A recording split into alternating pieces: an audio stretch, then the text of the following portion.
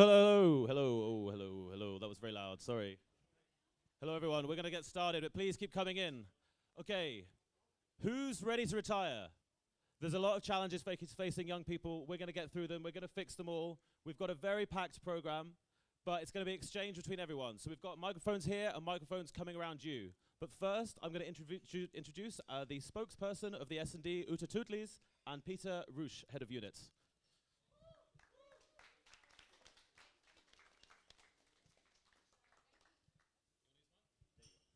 Thank you, everybody, and welcome to this event here in Strasbourg. Let's Talk Youth. And we are not only welcoming the people here in Strasbourg, but those also following us online, hopefully all across Europe. Why youth?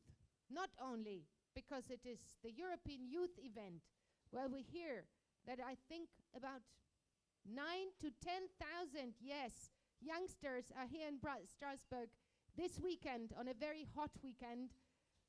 But not only that's the reason why we want to talk youth, because youth matters. That's the reason, and it's great to have you all here in this bar to discuss with us tonight. Et on va le faire en français aussi, pour les Français qui sont là et qui nous écoutent aussi, peut-être partout dans le monde. Bienvenue, bienvenue à Strasbourg, dans la capitale européenne, dans cet événement du groupe S&D, Socialists and Democrats, les socialistes et sociodémocrates. Merci d'être là. Nous sommes là, comme Uta l'a dit, pour parler de vous, de ce que vous voyez, ce que vous attendez de l'Europe. Nous voulons discuter de vous. Bien évidemment, nous avons quelques sujets déjà que nous avons mis sur le programme, mais bien évidemment, nous sommes ouverts à vos questions, car c'est vous qui allez déterminer l'avenir de l'Europe, et nous sommes là pour discuter avec vous, avec nos députés, avec nos speakers qui sont invités ce soir. Donc, bienvenue, et j'espère que nous allons avoir une super soirée. And we understand, of course, we have also the Eurobarometer and other data. But I think from what we also heard when going across Europe and around Europe to listen to your concerns, we understand that these range, of course, one of the key priorities at the moment, and I'm sure we will also discuss it tonight, is housing, the costs of housing, getting an apartment somewhere, but also democracy as such. Of course, we have, unfortunately, wars going on around the world, but we also see media freedom under threat. We see the rule of law under threat. So, of course, the whole issue of democracy, also linked to social media, which we will debate later on, and to the rise of the far right, it all matters. But we understand also getting a job. That is one of your priorities. But also other topics, like sports, inclusion. There's a lot to discuss about, not to forget, of course, the climate challenge. So we are really looking forward to be debating many topics with you here tonight, and then, of course, in the future to come. Nous allons débattre de beaucoup de sujets ce soir. Je ne vais pas traduire tout ce que Uta a dit, mais nous allons parler de la protection de l'environnement. Nous allons parler du logement, le logement qui est un gros problème pour nos jeunes aujourd'hui partout en Europe. C'est un sujet sur lequel nous allons nous battre, mais également l'intelligence artificielle ou comme je disais, protection de l'environnement, plein de sujets. L'état de droit et la poussée de l'extrême droite, c'est quelque chose qu'on est tous concernés, et nous voulons en discuter avec vous. Comment faire, comment se battre pour cette Europe qui est la nôtre. Et donc, j'espère que nous allons avoir un super débat ce soir. And of course, before we close, it is not for us here who represent the Socialists and Democrats group in the European Parliament, just to recall, the second largest group in the European Parliament and really the progressive voice in Europe. But it is for you to speak up tonight. Of course, our speakers will have lots of ideas, but the idea is that you challenge them. Come up with your questions. Ask them what you want to know. Exactement, nous allons vous faire participer ce soir, tous, et j'espère qu'on aura beaucoup de questions. N'ayez pas peur de poser des questions, car nous sommes là ce soir pour vous, même si, bien évidemment, nous allons aussi vous parler de nos priorités du groupe sociodémocrate, et j'espère que nous aurons un débat super, et qu'après, on pourra prendre un verre d'amitié pour continuer la discussion. Merci pour être là ce soir. Thanks a lot. Thank you, thank you. So, who here knows who Andrew Tate is? Could I get a show of hands? Okay, get out. Just all of you leave. Not no, not really, not really. But like, it's the far right are here. They're amongst us. Maybe they're here tonight. And so we're going to talk with two fantastic people to talk about this. First, we're going to talk. Please, welcome to the stage, Marcos Ross-Sempere, S&D MEP and member of the Cult Committee, and Chloe Cauche, board member from the European Youth Forum. Thank you. Just saying, the program, it says that we have someone else from there. Sorry, I stole your applause. Sorry, Chloe. Hey. We've been upgraded to Chloe. She wasn't in the original program, but she's here now. So first, I'm going to give the floor to you, Marcos. You can have my mic. You want my microphone? Yeah. Good afternoon, everyone. I'm very happy to be here in this S&D event. I'm not so happy because we are going to talk about the far right. This elephant in the room, this new classmate that we have. As a member, I'm very worried about the rising of the far right all across Europe, but not only in the young people, which is huge challenge that we have to combat, but also in general and specifically in the parliament. We have now three far right groups, apart from EPP, which sometimes it seems like far right because they buy the speeches of the far right. So we have to start combating to them. We have far right in the young people, we have far right in the society, and we have far right in the parliament, ECR, Patriots for Europe, and ESN. So we have to combat. How can we combat them? Which is the main thing that we have to combat? We have to combat hate speeches, we have to combat disinformation and misinformation because they want to undermine our values and our democracy. This is the final purpose of the far right, undermine the democracy and convert our system into an autocratic system. So we have to exclude them from the real life and from the social platforms, social networks. And what have we done and what can we do within the parliament and in the society in general? In the parliament, I think that we, in the past term, adopted three main legislation that are very important to combat misinformation, disinformation, and hate speech, which is the Digital Service Act, the European Media Freedom Act, the AI Act, and now we have to push the European Commission to implement them and to make them be compliant. Because if not, we will never end with this hate speech in social media, in false newspapers, in all these pseudo media, and we need also your help. We are ready to listen to your question and ready to contribute with our answers to this fruitful debate this afternoon. Thank you very much.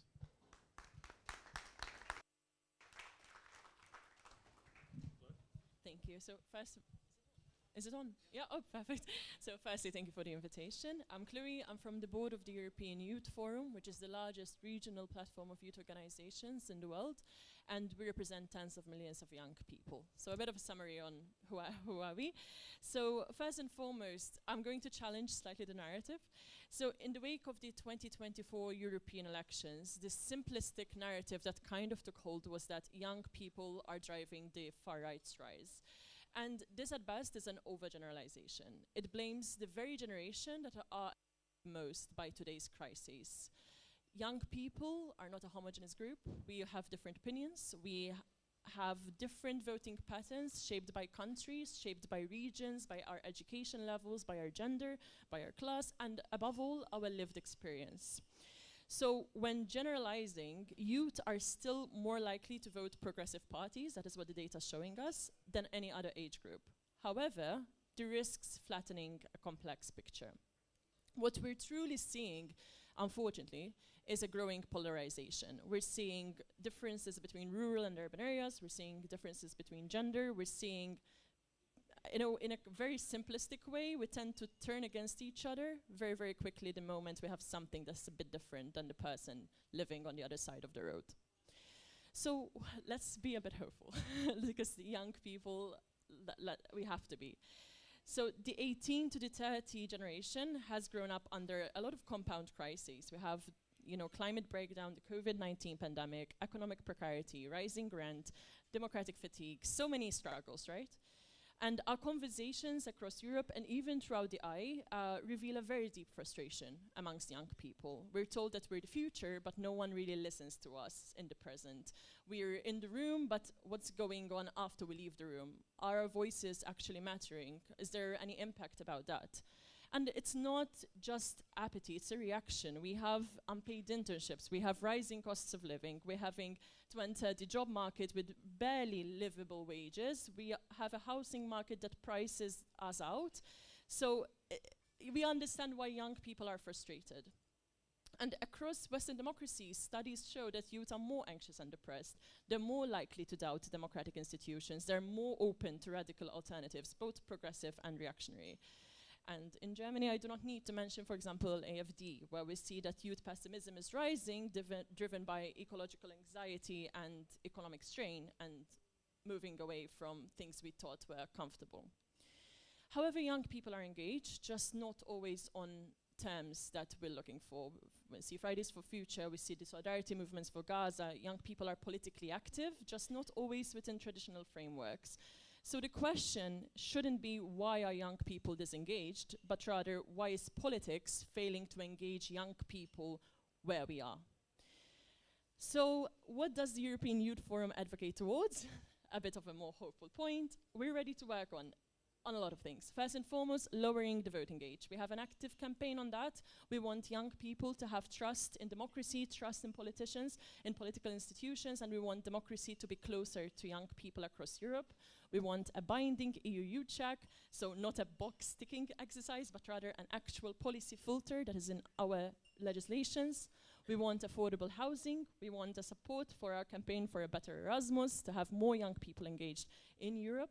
And we want to mainstream youth in the next MFF, which is coming up, banning unpaid internships, and youth in decision-making processes, and actually in decision-making processes, not just there. So that is our little, sorry for the long introduction, but just a little overview from my end. Thank you.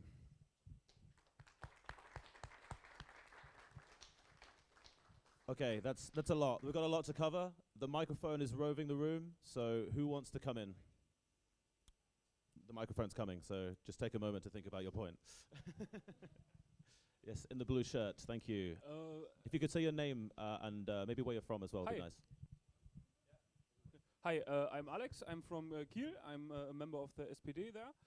And my question is, the far right offers very, very simple solutions to very complex problems. They give the housing crisis is solved by kicking out all of the immigrants. Now, then, so you can take the apartments and the cost will go down. The employment market is solved with kicking out all the immigrants. Then you can take the jobs. But the thing is, how can we offer, maybe with a bottom-up approach, how can we offer simple solutions for immediate problems? Not to tackle the whole thing, but to improve life on the spot, and maybe then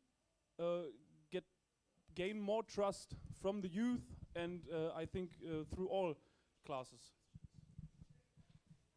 Thank you so much. I'm going to collect 2 more questions just so that we go a bit faster. So this gentleman here, perfect. Look at this cooperation.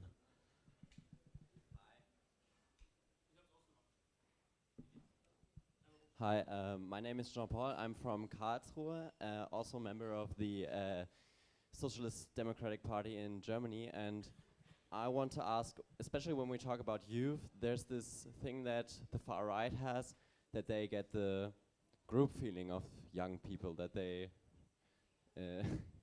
that they have something where they go to and it's fun for them. And when they come to us, most of the time it's very boring when we have our meetings, and how do we improve in that to get more attractive for young people? Okay, great, thanks a lot. And maybe here, just for convenience. Hello, thank you. thank And you. I'll go to 3 women in the next round. I'm Valens, I'm from Slovenia. I would like to talk to the first question that was posed. about the narrative. So the far right offers a very simple narrative, and the left or the progressives, they don't. It happened in the 70s with the neoliberalistic agenda. It happened recently with the Trump against Kamala Harris, right? It's always contradicting what the far right proposes, but not proposing something yourself. So I'm wondering what could be that narrative that would the young could actually co-create in that sense. Thank you. Great, thank you very much. I said I'd do 3 questions, but I can't do a round without a woman. So do we have a woman who's going to ask? Hey, here we are.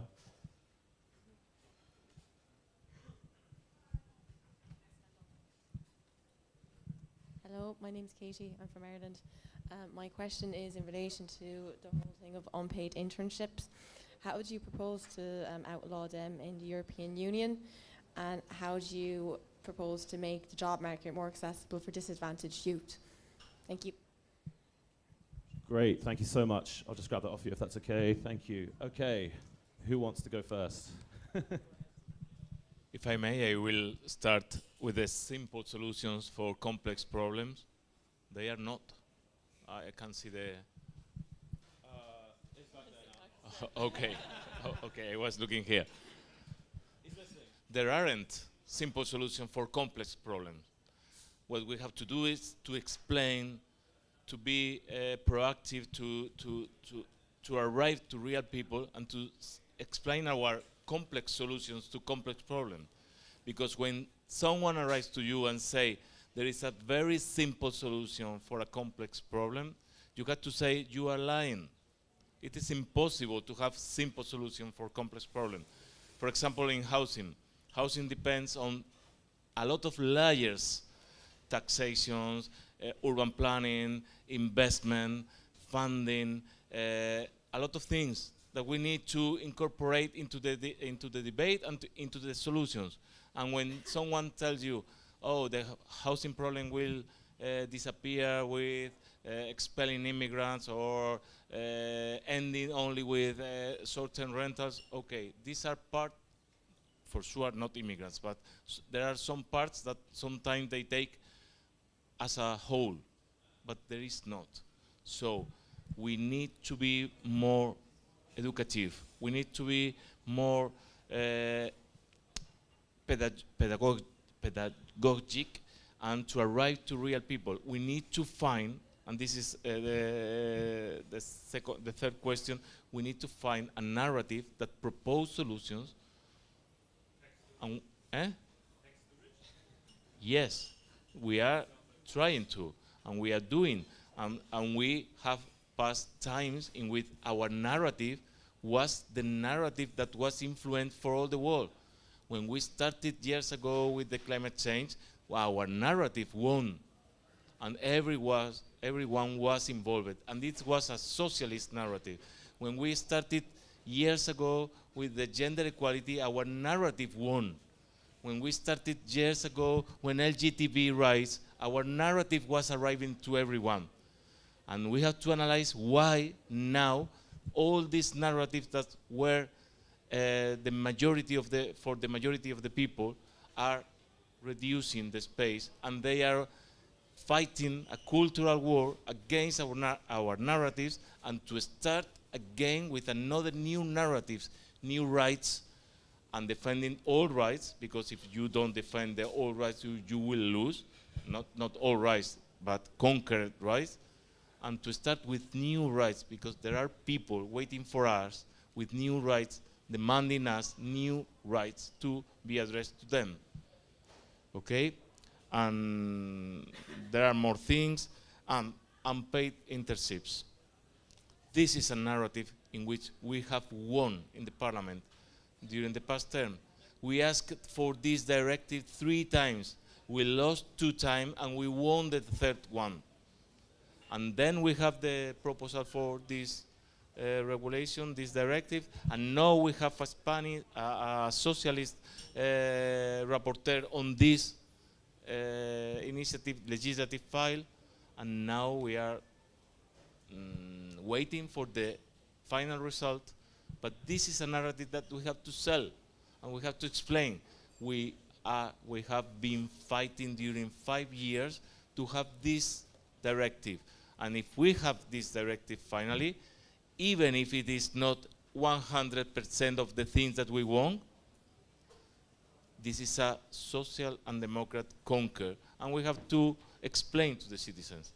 This is the example that I wanted to address when we have new narratives and new things to propose. But we need time. We need time to be with young people. We need time to be with real people.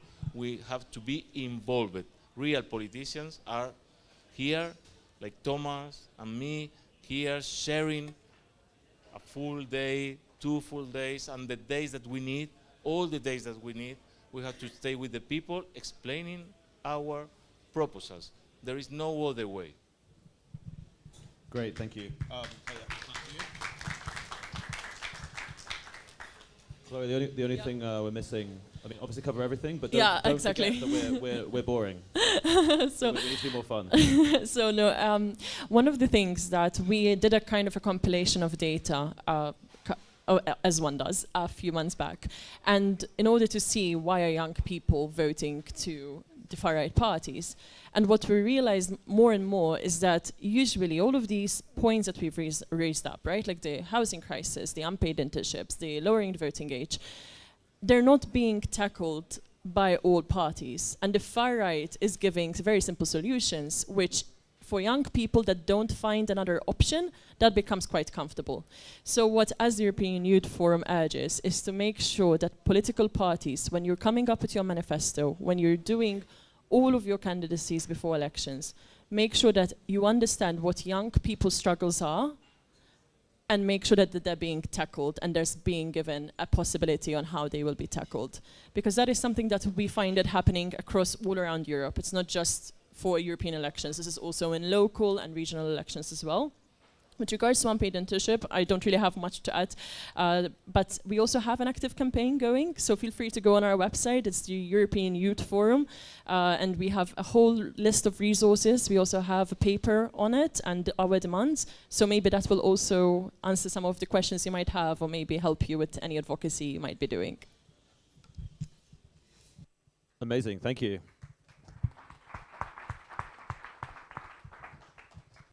And will be more fun as well. Okay, so do we have some more questions?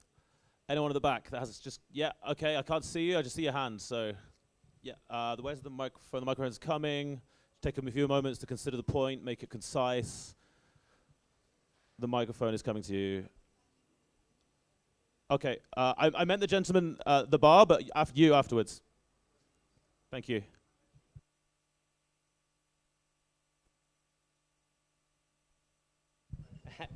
Okay, thank you. Hi, I'm Jose from Portugal.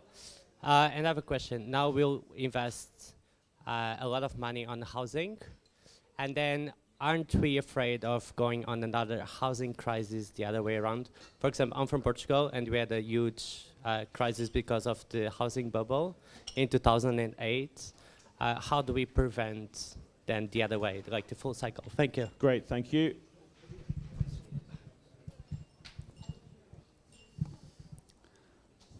Great, thanks a lot. Yep, ready when you are. Hi, my name is Chris. I'm from Munich in Germany, and my question is, how do you propose to feel young people on the local level more heard? Because there are opportunities to be heard in the local level and to participate, but more often than not, young people aren't really feeling that their words matter and that their opinions and actions matter. For example, the S&D fraction in the European Parliament is, for now, from the German perspective, for more seen for, I don't know, taking a less progressive stance at GEAS, for example, than to really have a progressive voice. And I will make the connection to the local level for now. And that feels like that the parties have a really close and really narrow political identity, which don't always connect to the parties and the politicians which are locally involved. Okay, thank you. Anyone else could have a question, please? Anyone? Yeah, thank you. Now that the mic is here, I take the chance. Nice to meet you all. Thank you for being here. My name is Inês. I'm also from Portugal. And my question is on health. I'm a pharmacist. I'm currently working in Brussels in health policy. And my question is, how does the S&D position with these new priorities for Europe, for example, the ReArm, the elephant in the room, we always talk about innovative financing, at least where I'm working, to do the ReArm Europe. But then in practice, we always see that cuts and restructures are done in the social welfare, in health, and in external aid that now has the nickname of external cooperation. And I wanted to know what is your position on this. Are we actually finding new ways of financing, new priorities, or are we always taking away from the ones that take the first blow? Great, thanks a lot. Chloe, would you like to go first this time? Perfect. So I'm going to start with the local level. I don't know who, I don't see you. Oh, perfect, hi there. So, because you touched on something which I'm quite passionate about as well, and so is the European Youth Forum. So we do have some institutions that already work to make sure more young people on a local level are more empowered and that they create their own campaigns and do their own advocacy. So that is something that we do as well. But what I wanted to mention is part of our membership. So we're a membership organization. We have over 100 member organizations, and half of that is national youth councils. And national youth councils, they have best practices on what they're doing as well on a local level. Usually they have also local youth councils in most countries. And we love to see a lot of more grassroots activism that then turns into more organized local organizations, and then they usually join the national youth councils, which are our members. So by proxy are our members by 4 generations sometimes. And we also have projects that take place between our members. So maybe if you're interested into looking more into it, we can also have a chat later. Check also what the National Youth Council in your countries are doing and see what's going on a local level, because that is already a very good starting point. I'm going to pass it on to you. Okay, I will focus on housing and ReArm. Okay, I have no doubt that we would have a new bubble of housing if we adopt the EPP proposals. They are asking for liberalizing the ground, for building more and more and more, and we will have a new bubble. But these are not the proposals coming from S&D. So we have to impose our narrative, and we have to get our solutions. And I think we are on the way, because at the very beginning of this term, nobody was talking about the housing crisis, and we did. And we conditioned the vote for Ursula von der Leyen to having a commissioner on housing, and we do have a commissioner on housing. And we conditioned the vote on the committees and the Bureau of the Parliament to having a special committee on housing in the Parliament. And now we do have a special committee on housing in the Parliament. So we are imposing in this aspect, and this link with the previous question, we are arriving to real people to say, guys, we do have a big problem which is not located in Portugal or in Spain or in Romania. It is all across the European Union. We need global solutions. European Union don't have specific competencies on housing, but we can do a lot of things. We can improve investment in public housing, and we are doing that in our Regi committee. I am the rapporteur of an INI report on how to spend more money from ERDF funding, cohesion fund, and GTF fund into affordable housing, and we can arrive to real people. But if we don't fight, we will have the solutions coming from the neoliberalism, which are always the same. More houses, more prices, and a bubble that will explode at the end of the period. Secondly, the elephant on the room. I don't think it's an elephant on the room. The position of the S&D is very clear on that. We do have new priorities on this term. We do need more money, fresh money, for new priorities. And how can we get new priority, more money, sorry. There are only two ways of getting more money for the MFF. One is raising the contribution of the member states. That seems very difficult because some member states don't want. And the other, solution is creating new resources, new European Union resources. It means new taxations, but not taxing people with lower incomes. Tax the Rich is an initiative coming from the European S&D party, taxing pollution, environmental pollution, taxing benefits sky fallen, taxing economic transactions, taxing platforms, and so on. We have to explore the possibility to have new resources for new priorities. And of course, we need to be self-defended, especially if we don't have the cover that we used to have with the change of the United States administration. We cannot permit Russia to enter into a territory of the European Union and not being able to defend. So we have to go for that, but we need more money because we cannot take money from our priorities on the social agenda. We cannot take money from social affairs, from education affairs, from housing affairs, from cohesion policy to new priorities. We have to create new resources. This is our position.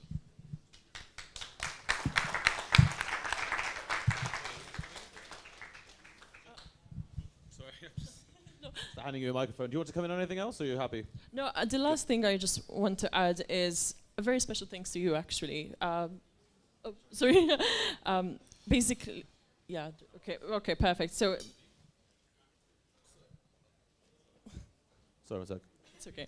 Okay. We continue. Okay, perfect. No, I just really want to say special thanks to you for being part as well our MEP network for youth rights and continuing to champion housing rights for young people within your work. We really appreciate it to have an ally such as yourself. So thank you very much. You don't need to thank because I do it because I do it very pleased, and it's a pleasure to collaborate with you, with all the youth organizations, students organizations. So we are members of the CULT committee dealing with culture, education, youth, and sport, and it's my duty, but it's my pleasure to collaborate with your organization. Thank you very much.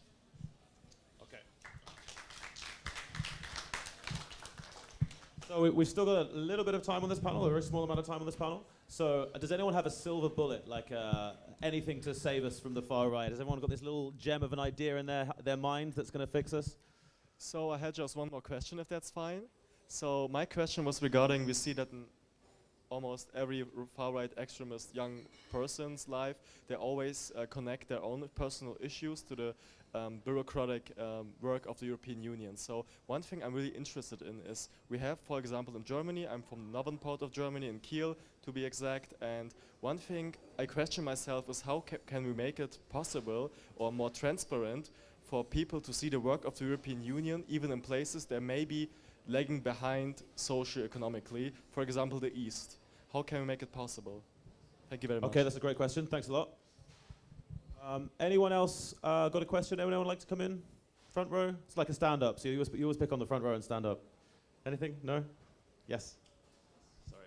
I'll give you mine. No, just swap. No, let's all swap microphones, sorry. Okay, thank you very much. I feel like many of the questions and the answers have been a little bit pessimistic. So I want to end in a positive note. Can you tell me a story about a young initiative that have worked so we can get a motivation for doing our work? Nice. And who gets the final question for this panel? Last one, someone. Anyone? There we go. Thanks. Okay, so I don't want to ruin the positive spirit from the last question. So I think it's very interesting that it doesn't really matter where you're being right now, when you're confronted with politics, and especially with the Socialists and Democrats or the SPD in Germany, where I'm from. It's always, oh, the far right, they're so much better on social media. Oh, they're so much better on social media. We don't have any chance to compete with them.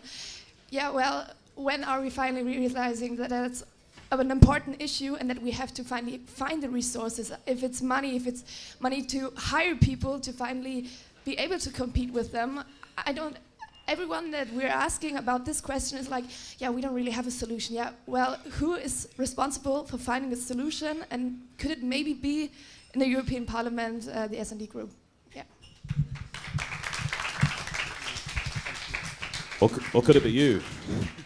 Might be you. Chloe, you want to go first? Yeah, okay. So I'm going to start with a bit of a pessimistic and then go for the optimistic, so we ended up on a positive note. So we do hear a lot on social media radicalizing youth. That's very true, particularly towards the far right. But platforms are a symptom, not the cause. And for example, 1/3 of TikTok users are over 35, so it's predominantly a young person's platform. But it's not about which platform, it's about where are the politicians engaging. How many campaigns speak with youth, not at youth, for example? How many events are hosted with youth organizations, in youth centers, with youth that are already engaged and maybe could engage more young people? These are the questions we need to be asking, and we need to be having answers. We need to get replies for. What's needed is not really a fear-based tech pattern, but rather meaningful digital and physical engagements on issues that matter for young people in order for this to be swapped. So I'm going to look at you because you're on the panel, but I'm not looking at you personally. So go where the young people are, both on a digital and also on a physical space. And now I'm going to go more on a positive note. So what is something that young people have done that has been positive? So I come from Malta, and I'm originally from the National Youth Council of Malta. Yeah, thank you. So when I was 15, the law was amended in Malta to lower the voting age to 16. And this came from the National Youth Council's initiative called National Youth Parliament. It was one of the results. So this was something young people started. It was young people wanted it. And at 16, I voted, and I wasn't really a very politically engaged person. I really didn't care that much. I thought it didn't affect me. Politics was something I didn't think had any interest in my life. I voted at 16. I had to research on who to vote for, had no idea. And all of a sudden, I started to get more and more interested, got engaged into my very local organizations, and when I entered uni, started to get more interested and got into student organizations, then got to the National Youth Council, and now I'm a board member of the largest regional youth organization. So it's something young people have done, and guess what? It kind of worked. So that is something hopefully to be positive and leave you on a positive note tonight.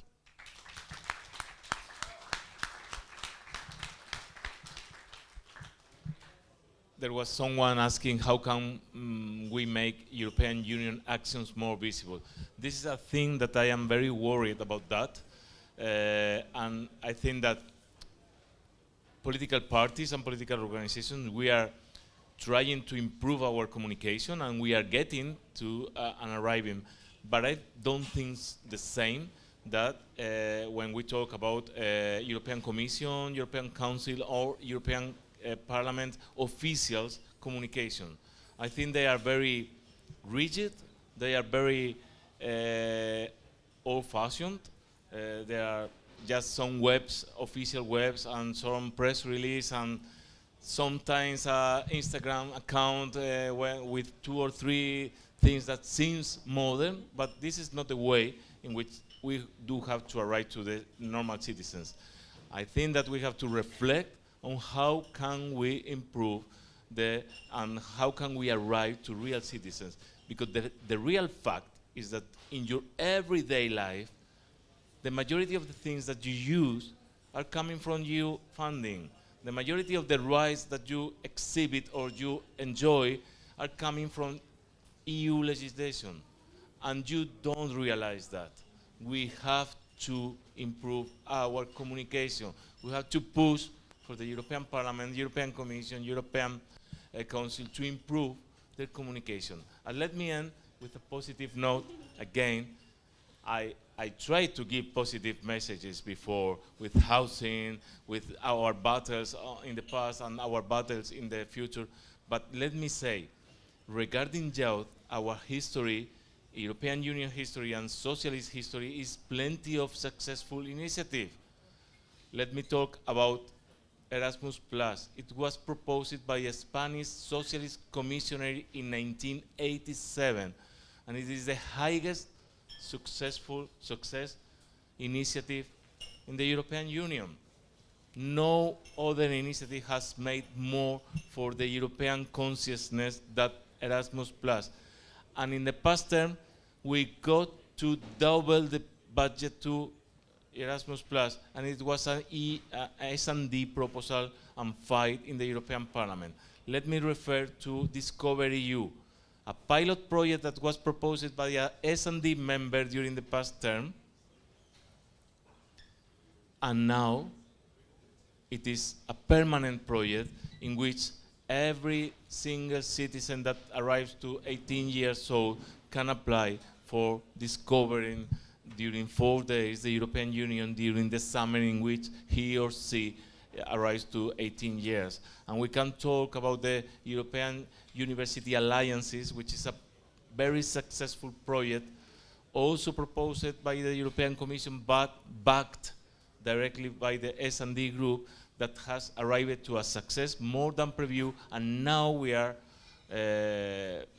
doing a report to see how can we improve them. So there are very positive elements, there are very positive actions, and we have to be very proud of them, because if we have been able to do that, I'm sure that in the next years we are going to be able to do more. Thank you very much.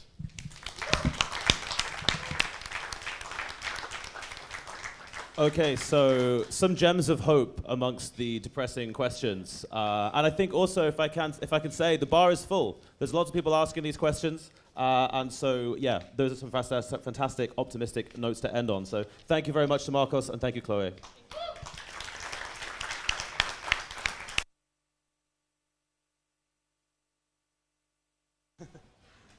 Up you come.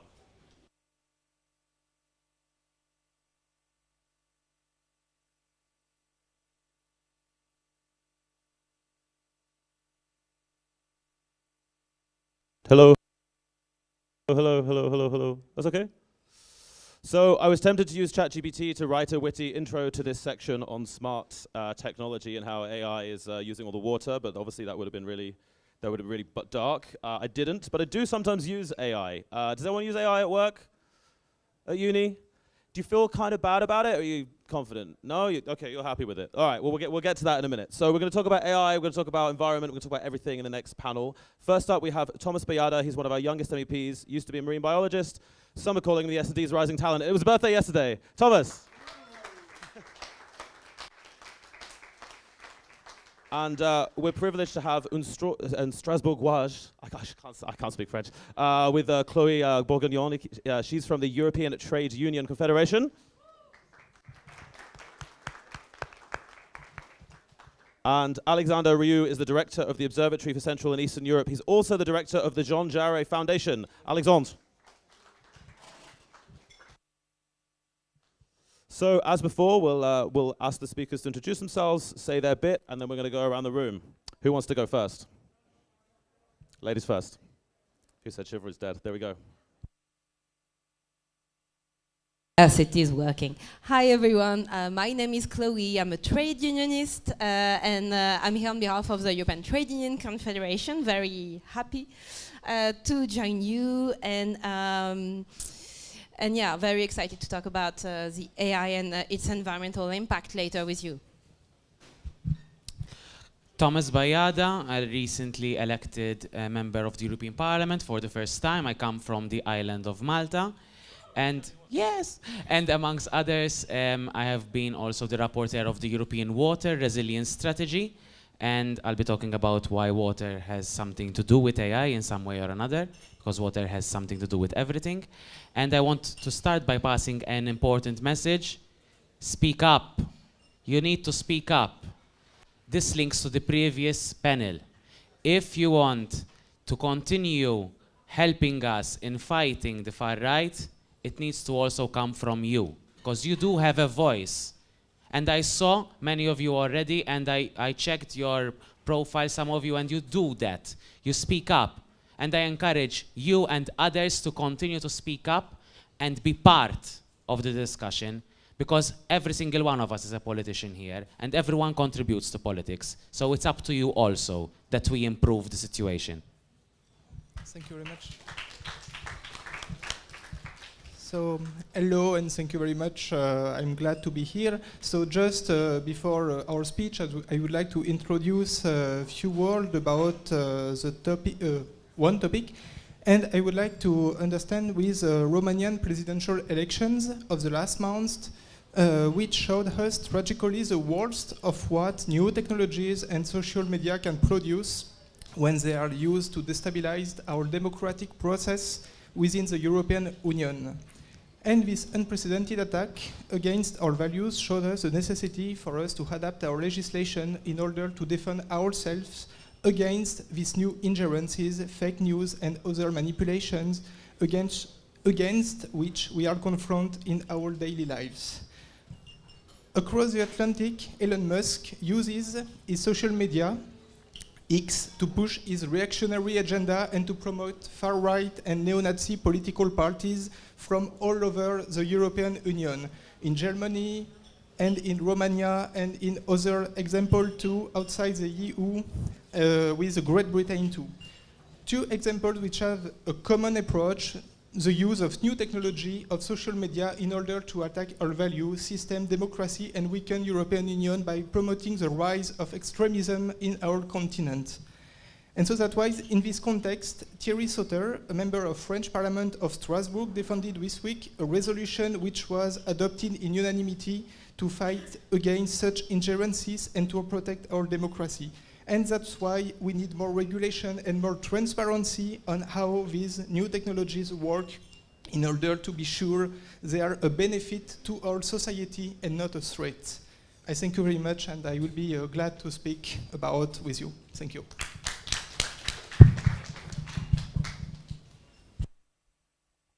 Thank you, everyone. So I would like to start by picking on the people in the caves, in the little hiding away. Do you want to ask a question over there, maybe, on that sofa? Anyone? Any questions from the little corners? You're hiding there. Hiding. Okay. The next one. Any hiding questions down? Oh no, hold on, Peter. Back in the original cave, we have a hidden question. Here we go. Thank you. Please come out. Okay. Come out into the light. Yes. For AI, I come from Germany, near Hamburg, and I'm very active in the cultural scene. And something that a lot of my members in my club for theater say is they're very scared of AI in a cultural sense, because AI is taking a lot of culture away from us. We see every day that AI is getting better in making images and stuff, and a lot of artists, I think, are afraid now, how will this impact my financial situation? Will I still be able to live from art in like 5 years or even 2 years? Like, yeah, that's a question. Great, thank you so much. So I'll collect some more questions. Any questions down there? Any questions? Any questions in this corner here? Surely, no one? No? We're shy for this panel. Come on. Here we go at the back. We have someone at the back. Great. Thanks, Peter. Good work. Hi there. Georgie, I'm based in Berlin, and I wonder about the unions part, right? Because, I mean, as long as we start speaking about that, and AI will take a big part in that. Now, especially Eastern Europe is at critical levels of how ununionized people are. So what's our plan for bringing Europe closer to having more unions, more progressive unions that include immigrants as well? Thanks. Thanks so much. Can I have one more question before we let them speak? Anyone in the middle, like around here? Do you want a question? No? Little question? Question in the corner? No? Sure, We you can do have some two. We questions. can do two. Oh, here we go. In the blue, we've got a question. Perfect. Thank you.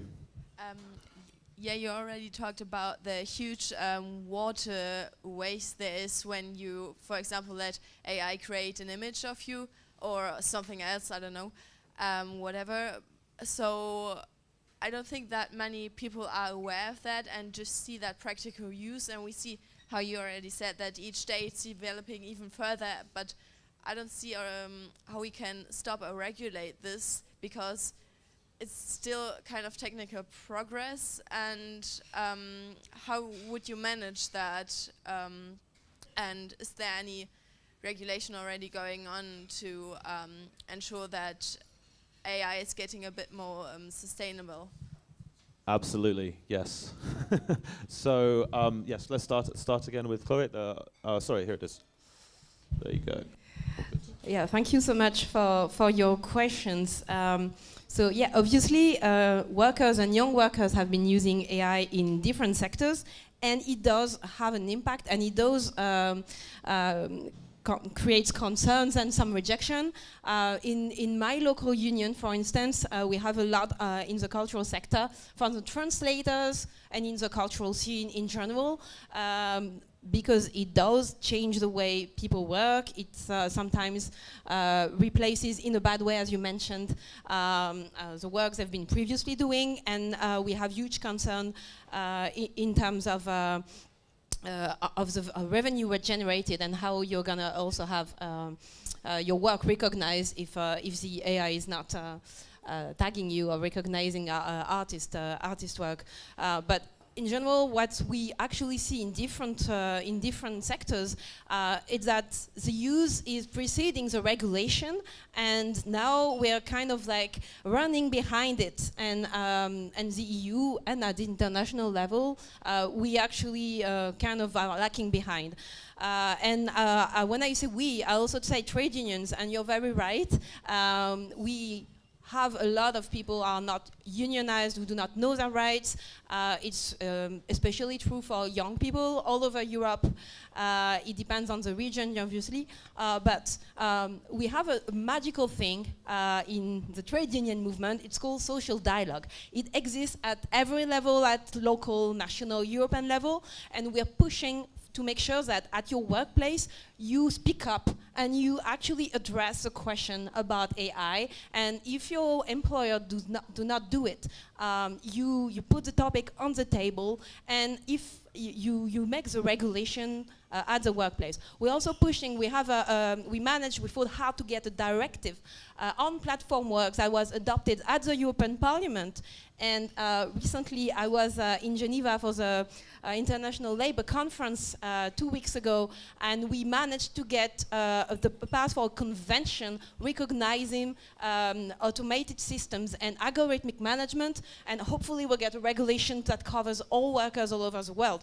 So, but as I mentioned before, it's already there, and it moves, especially generative AI moves faster than the regulation. So we actually need to know its impacts and to actually make sure that we address it at different level. We're also pushing for the Commission to regulate it with more directive in the European Parliament.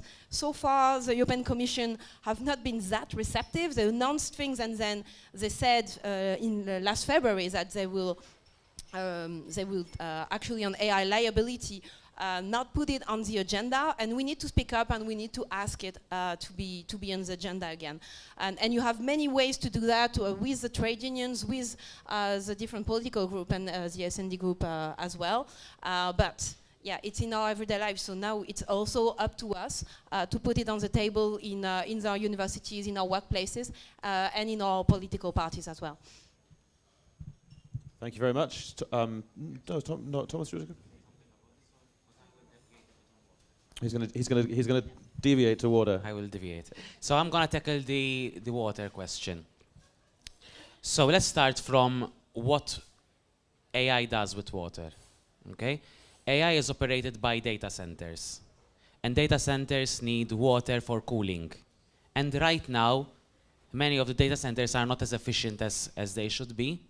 ChatGPT, I asked ChatGPT myself And I told ChatGPT, how much water would you waste by evaporation? Okay? ChatGPT told me that for each time you use ChatGPT, you are wasting a glass of water by evaporation only. I asked ChatGPT the second time to waste the second glass of water, and I asked how much water a day would you use based on how much queries you have every day. 2 Olympic pools. The question is, so do we stop using ChatGPT? Do we stop using AI for the progress of the future? The answer shouldn't be yes. It should be yes, we continue actually. Okay? Why? Because AI can help progress and help us in fighting the climate crisis, help us in using water more efficiently, but to do that, we need to transform and innovate the way we use the water. We need more efficiency in data centers, and we need more efficiency in the way we use water. But rather than closing off AI and the potential it has on our life, in helping us model ways in progressing in the world we are living right now, fighting the climate crisis, and helping us, for example, model how we can use water more efficiently and detecting leaks. In Malta, we use AI to detect places where there is leaking of water. Coming from an island where we have fought for decades the lack of water, for us every drop counts. Okay? So I wouldn't say no, we don't use ChatGPT and we don't use AI to progress our life, but we need to do that efficiently. And I'll come back to water and why we need to talk more about water. Okay? And being the rapporteur of the water resilience strategy, I'm a bit geeky now on this. So I'll try to not be too geeky and give you an example. This is how much water we have right now in Europe. Okay? We need water to drink, we need water to shower, we need water for our food production, we need water for our clothes production, we need water for our industries, for our steel industry, we need water for data centers. So water is important. And the demand of water is this full bottle. But unfortunately, all we have is half this bottle. So how do we fill this? We need to find non-conventional water sources, such as desalination plants that work with renewable energy. My country, 70% of the water comes from desalination plants. Because we don't have water, we need to create water, we need to produce water. So we need to fill this. But we also need to use the water that we have right now efficiently. And second point, and I hear many people that come from countries which have this situation. 1 second. Okay. So me and Chloe share a border, and we share a river. Okay, this is the water of the river that we have right now. Before it was full. Now it's like this because, climate change. If someone negates that climate change does not exist, they should have been at the iVillage earlier today and tell me if climate change exists. Tell those Patriots for Europe people that were there if they were in suits in the fucking heat. Sorry.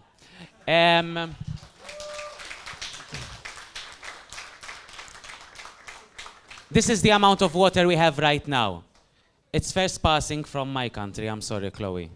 And I have the right to use how much I want of it. Right now, that's how it is. I own it. If I leave some of you, I'll pass it to you. This is a situation that just faced in Germany. It's a situation faced in Spain and Portugal. It's a situation that is lived right now. And let's not forget, you need water to live. We need water for our agriculture. We need water for our industry. We need water for everyday life and our economy and our competitiveness. So, yes, I need it for our agriculture. I need it for my steel industry. Now I need it for AI and data centers and everything.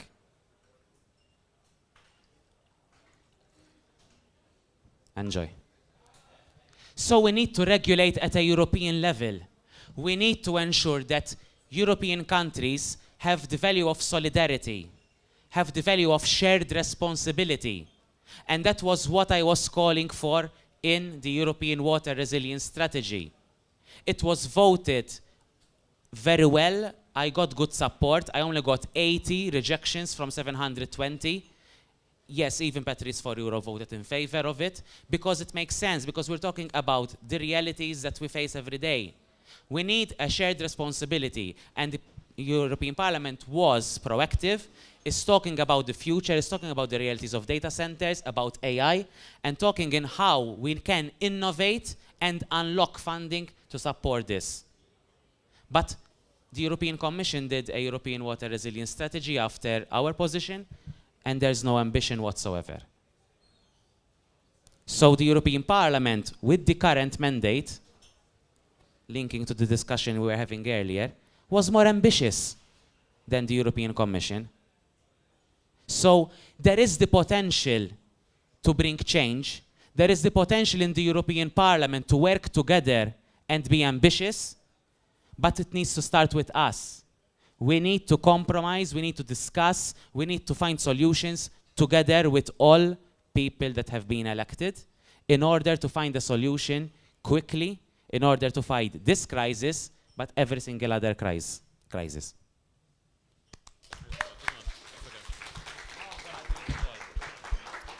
Amazing, thank you. Yeah, water is a microcosm of everything. Does anyone have any questions? Anything to add? Yes, please. And then after you, anyone at the back? Okay, we'll come to you in a minute. Okay, so first of all, thank you very much for your insightful information. I think this is one of the Europeans' most important strengths, that we have to regulate some aspects of our life to find compromises. But one thing I find most interesting and most crucial is we see that in public discourse and in the news. For example, the United States of America always apply pressure on the European Union because of AI regulations. And furthermore, how can we as the European Union ensure our economic growth when we think about corporations like Apple that did not do good with the AI innovations, and how can we make the best ground and possible growth opportunities for AI without compromising our rights of, for example, data security or things like that, because states like the United States or China don't have that and have, for example, a better chance of better cooperation chances. Thank you. Thank you very much. Could we have another question? Maybe hidden in the coves again? Yeah. Yeah. Here, maybe, ladies, no one? Peter, find them out.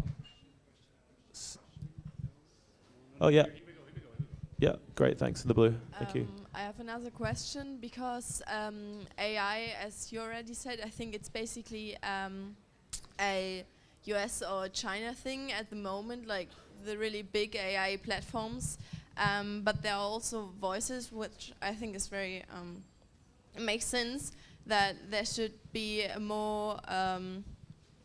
more financial or other means to maybe, I'm lacking of words, have a European AI or something that is maybe even powered by the EU, and that's just not that other continents can influence on what we see and what we hear, but yeah, to just have a European AI.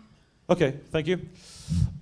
Anyone else before we go? Should we let them answer these? Anyone? Yes, there's someone there. Thanks a lot.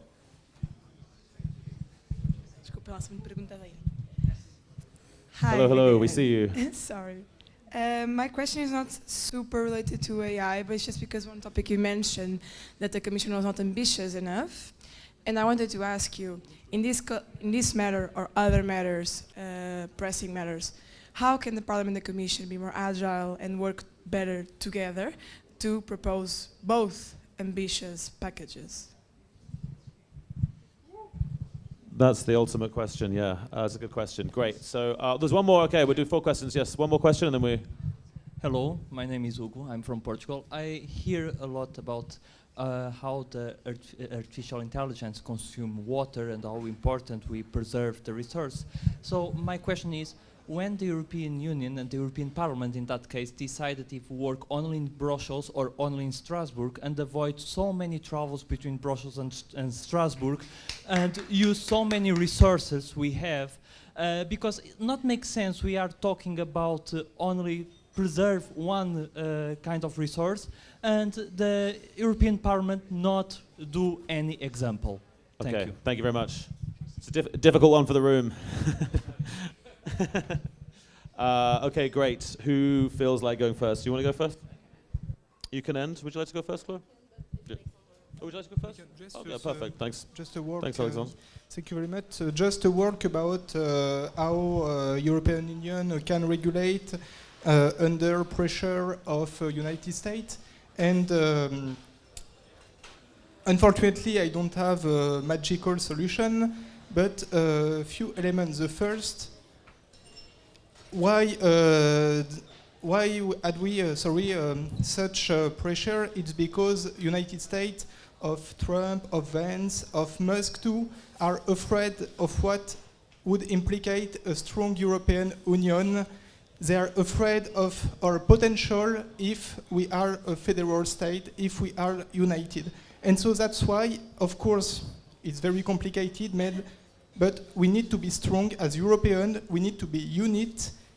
It will be a brutal negotiation, but we don't must give up, and we need to regulate.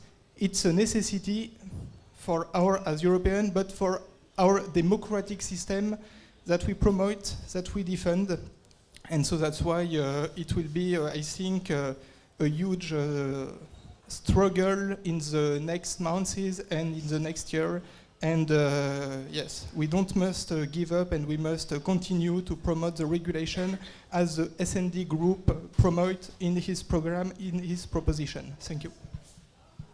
Thank you, Chloe. Yeah, I strongly agree, and I think right now, with everything that's happening in the world, it's more important than ever to remember why we created the European Union, why we're here together, especially during this weekend at the European Youth event. But we have a European model that's not only about economical progress, but also about social progress, and we will not make compromises about it. It's valid for AI, it's also valid for other topics. And it's very important. For AI, we talked about the environmental impact, but many of you probably already know that to actually generate data and monitor content and everything, it relies heavily on cheap labor, low wages, very complicated working conditions in the global south, but also in Europe. And we also need to regulate on whole the value chain. The due diligence directive right now is under threat. And it's not because the USA or China or other countries that will not stand at the same level as us in terms of social model or environmental model, that they can put pressure. We need to stand up for that, because what we build and what we have, it's the result of years and dozens of years of construction, compromise, and something that we should be very proud of. And obviously, we will not let workers being more exploited in the world, not workers in Europe, and keep our regulations and do not have simplifications. That's a false word for deregulation, but we also need to keep the bar high for workers all over the world that look up for us in Europe. And I think for that, I'll answer another question. It would be important to get a European AI infrastructure. That's also something the European Trade Union Confederation calls for, that we do not let only multinationals create and settle data centers, and actually we do not only want data centers with actually no citizen consultation, because they have an impact in the cities and in the places where they set, and not only in terms of job creation, but also on water use and on land use and everything. But we will need the public sector to regulate it and to be strong about it. And we also need strong public investments. I think that was also the discussion in the previous panel. We need more resources. And if the AI requires us to invest in infrastructures, I think we're gonna have, it's a question of what kind of society we want. AI improves our productivity, and now with all the new resources we have, we need to share it more equally and not get only a few people get it from, and we also need it to be reinvested in our public infrastructures. I think it's very important. Thank you so much, Chloe. Let's give you a clap. That was great. So it's the last chance saloon. Someone's got something on their heart in the back of your mind. You're thinking, I should have asked that question. You don't want to go to bed thinking, I wish I'd said this. Who is it that's got something to say? Anyone? No, we've literally bled the room dry of questions. Oh, one more. Oh, this gentleman hasn't spoken, so maybe. Well, we'll do them both. We'll do both of you. Yes, but sorry, could you introduce yourself as well? Yeah, I'm Max from Germany as well. I'm not quite sure whether you answered the question that I'm wanting to ask, but I'd like to ask a question about AI's influence on job market, and want to link it to the discussion we had previous, the rise of extremist parties. We've seen that regions that were particularly affected by the social ecological transformation, where many jobs were lost, especially in like mining, for example, see an especially rise in extremist parties in their regions. And I assume that many jobs will be threatened by AI, and the job market will also have to undergo a new transformation process. And my question is, how can we make this transformation process socially acceptable so that we won't see by the transformation through AI that we'll have a new rise of fascist parties?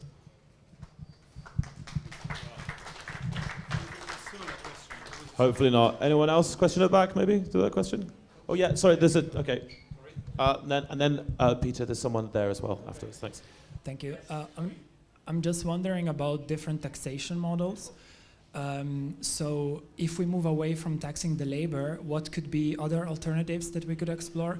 Automation tax, robot tax. So we have the green tax, but there could be also something in the direction of automation, AI, and so on. Great, thank you. Nice and concise. And yes, just at the back in that little cove. And if you could just introduce yourself, that would be great. Hello, I'm Jitin. I'm from Austria. And I have a question as in the term AI itself, when we are talking about it. I come from a technical field, and the term itself is a very, very big term. There's a lot of different fields under it, coming from academia itself. And I have a question, as AI itself in our talks is moving very fast forward with new innovations coming up in different fields, be it for healthcare, be it for traffic and infrastructure, be it for building and stuff like that.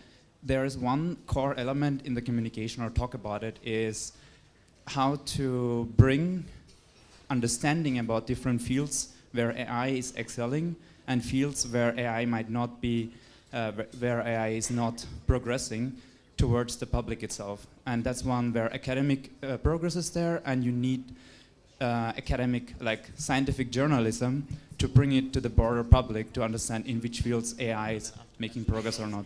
Is there any planning or idea on how to support the media landscape, like specifically scientific journalism, to bridge the gap between research that's been done and actual perception by the public about AI's advancements?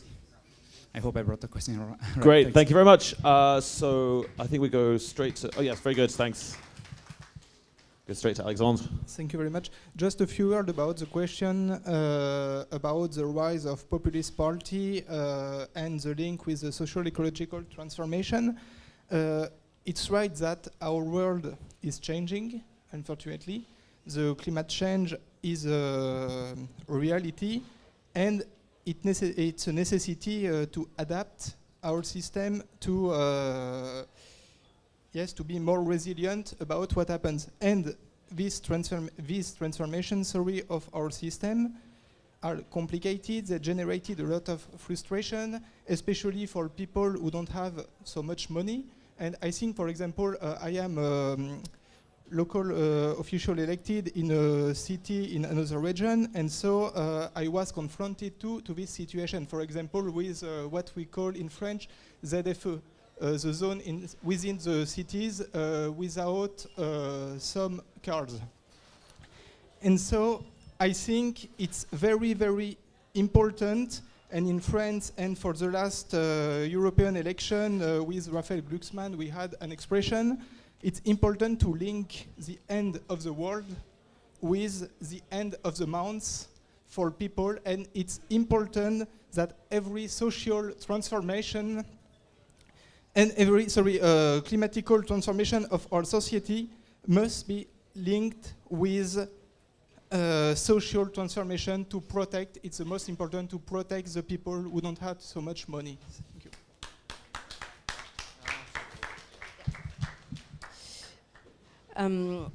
Yeah, right now for AI, but also due to other transformations, we do have a lot of jobs that are changing or are being suppressed, and we have a lot of reports and very nice reports sometimes that say that, oh, but it's going to create new jobs. And what we see is that the job creation do not match the job suppression, and especially geographically.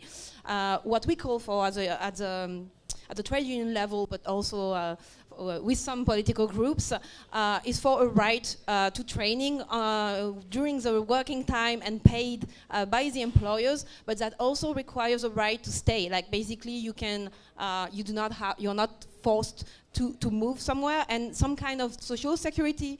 Like during COVID, you may remember the share mechanism that would allow you, if you were losing your job temporarily, to get some kind of social security.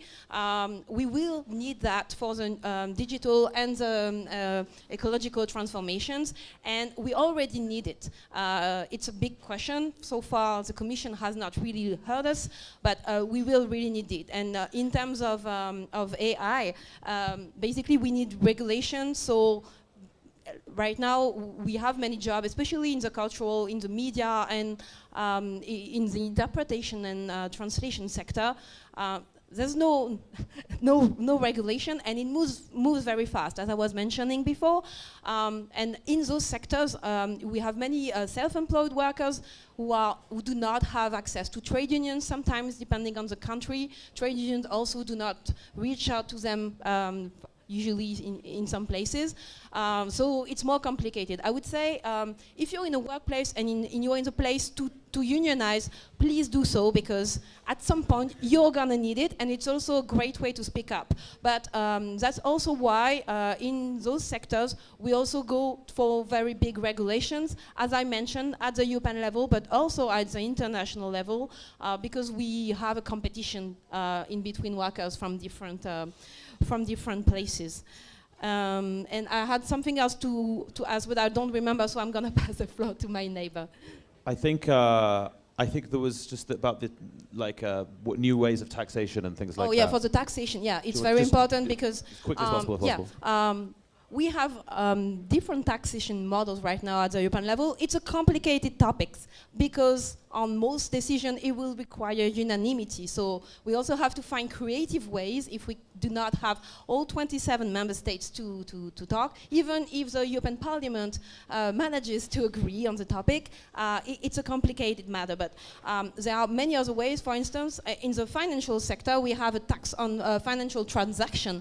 And you can be very creative, and because financial transactions happen a lot, very fast, on so many levels, we could generate a lot of revenue. And also, labor cannot be the only thing that's taxed, but we also need to respect the differences in between states in that matter, and do not create an anti-European movement, because sometimes when you say, oh, we're going to increase the taxes so it goes to the European level, you have that kind of feeling of why is it for so. We need also, if we have a taxation system that changes, we need to understand that it's for the people, it's for social model, it's for public services, and not only for companies or for big businesses, because that will probably be a very big problem. Yeah.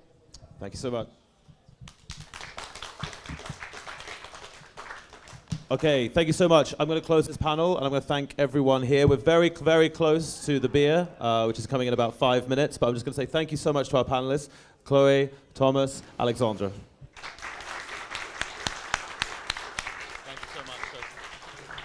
And we'll just have a couple closing words from our two MEPs. So, Marcos, if we could call you to the stage, please.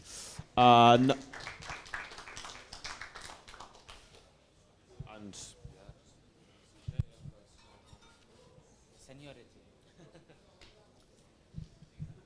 Well, hello again, everybody.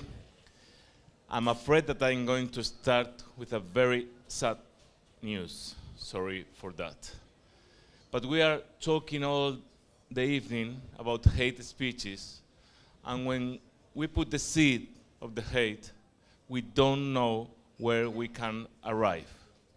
So we believe in democracy, we believe in debating, discussing, negotiating, approving, adopting, and if not, we resolve our difference voting, but no more. Today, we have the sad news that one congresswoman in the United States and her husband have been killed when they were sleeping. And also, one senator and his wife were attacked, and they are still alive, and hope and I hope that they don't die. But they were Democrats. And this is the conclusion. This is the end, the final, the tragic end that happens when you plant, when you spread the seed of the hate, and we cannot permit. And I am very happy to see this bar, plenty of you, plenty of people like you, that you are committed and convinced that we have to stop the hate speech, that we have to fight for that, but we have to fight for that with democracy, with no more than words, and we are all united on that. All my respect to these people.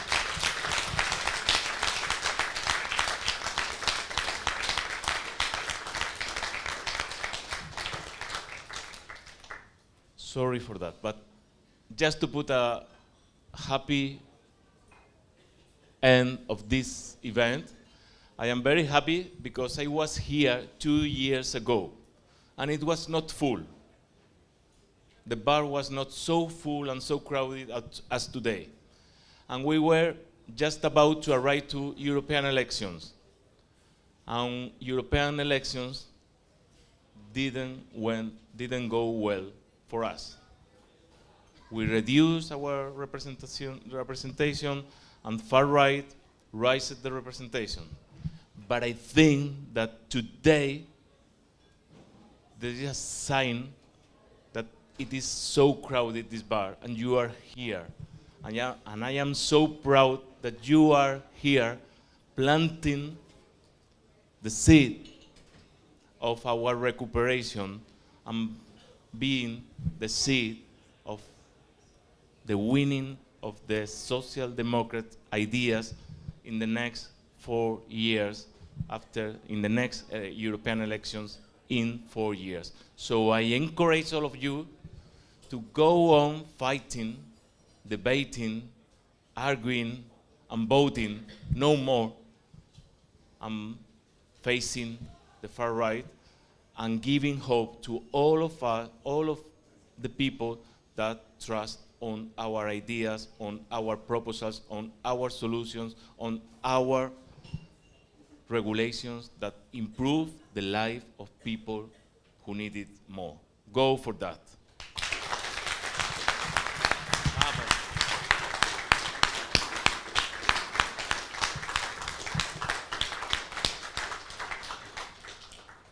What can I add to that? It's a very important message that I want you to carry with you, because not only have you planted a seed, the fact that you're here, you are already the plant. And we need you to do other seeds. And we need you to pass on the message and to bring others with you. Because it's not only up to us to make the miracles.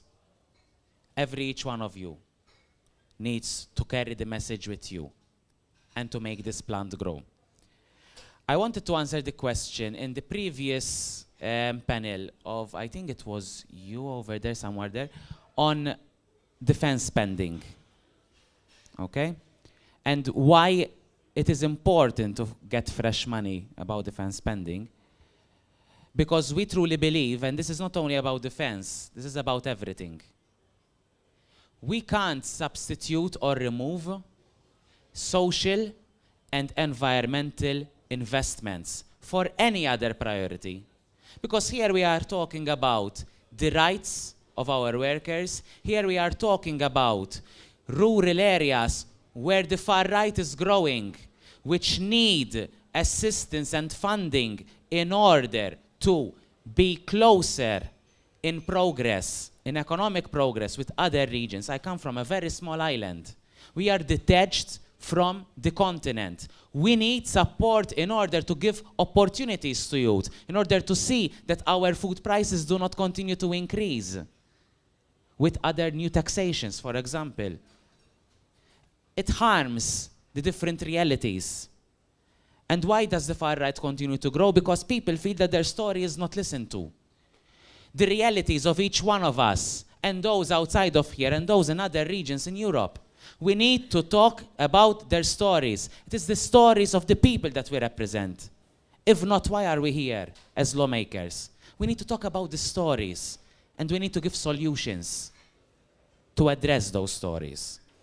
And secondly, we need to instill hope. We need to talk about the future. And what future can that be if we do not protect our social investments? If we do not protect our cohesion funding? If we do not continue to invest in environmental ambition? And that brings me to the other question over there about the ambition, about the decisions being taken by the Commission, which are of lower ambition than what we expect. You need to help us in pushing the message. We need to continue pushing forward the agenda that we already had and continue to build on it, continue to build on the Green Deal, continue to build on the future that we are going to live to our children. Because an investment, you might not see the result today. If we do social investments, if we do environmental regulations, maybe the result you won't see it tomorrow. And that's what far right does. It speaks about fast results, cut environmental legislation so we get more money today. But the cost of inaction is so much greater along the years. So it will become more expensive if we do not protect the planet today. Our duty is to leave a planet which is better for our children, for the generations to come, and for the voices that are unheard. And you need to help us. This is the third time I said it, and I will say it again. In your constituencies, in your villages, online. And I believe on online diplomacy. I will be launching an app which the aim is to promote online diplomacy, where people can actually come to speak to me directly wherever I am and wherever they are. Because I truly believe that we need to use all the tools, AI, social media, yes, TikTok, because those are the things that are working right now and are helping us to not only wait for you to come here, but for us to come closer to you. So please, grow with us and help us create a narrative that talks about people and their stories and that talks about hope for the future. Thank you for being here, and thank you for giving me the opportunity to listen to me and to my ideas and that of my colleagues and that of SND who have worked hard in this eye in order to be here and push our message to have better results across Europe. Thank you.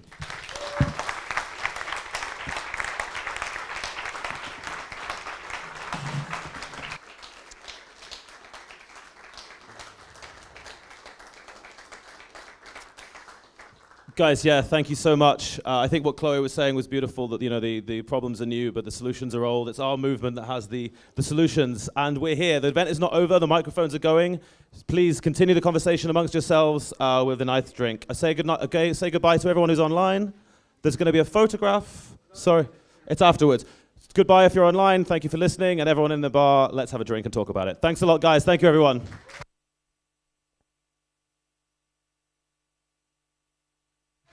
Wait, there's a photograph. There is a photograph. Thank you so much, Mark. Well done.